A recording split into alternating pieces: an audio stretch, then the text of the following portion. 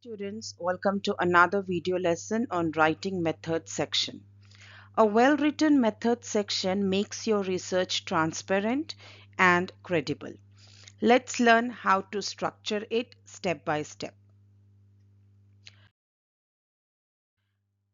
What is method section? The method section describes how the research was conducted. It includes details on who participated, what tools were used, and how data was collected. This section helps readers understand your research and allows others to replicate your study if needed. Let's take a look at structure of the method section. A method section has three key parts. First, describe the participants, who they are and how they were selected. Second, explain the instruments used, such as surveys or interviews. Finally, outline the procedure where you write how the research was conducted and how the data was analyzed. Now, when describing participants, mention how many took part in the study. Mention the number of the participants. Include relevant characteristics of the participants like their age, gender, and background. Also, explain how they were selected, for example, randomly or based on a certain criteria. For example, for your study, the study involved 50 university students. Number, you first need to mention the number, 50 university students. Age 18 to 22, selected randomly from different academic departments. So that's how you will write the participant description.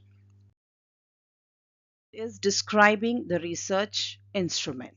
Describe the research tool you used, such as survey or questionnaire. In your case, it is a questionnaire. Explain why it was chosen. Why did you choose a questionnaire? And how it helps answer the research question.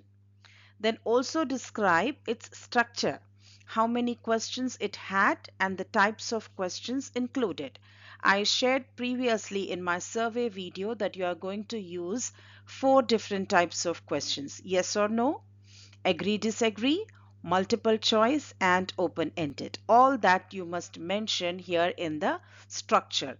How many questions you have, 10 or 12, and what are the different types of questions you have included in your survey. For example, a 10 question or a 12 question survey was used, including multiple choice and open-ended questions to gather both qualitative and quantitative data. The procedures section explains how the data was collected. Describe each step clearly. For example, whether surveys were given in person or online. Also mention ethical considerations such as obtaining consent and ensuring confidentiality. All these must go under the procedure section. For example, the survey was shared via email and completed anonymously. Participants were informed that their responses would remain confidential. The method section should be written in the past tense because the research has already been completed. So you must use simple past tense to write about this section. Keep it clear and detailed, but avoid unnecessary information. Also, do not include personal opinions. Just focus on describing the research process in this section.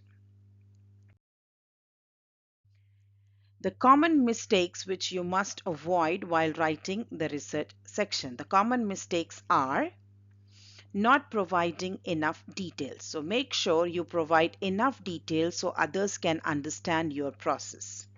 Using vague or unclear language. You must use clear and precise language while writing this section.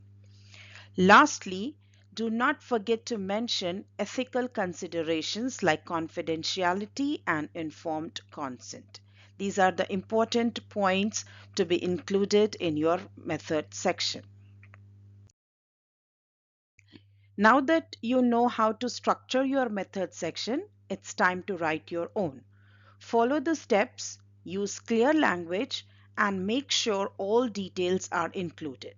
If you need help, ask your teacher for guidance. Good luck.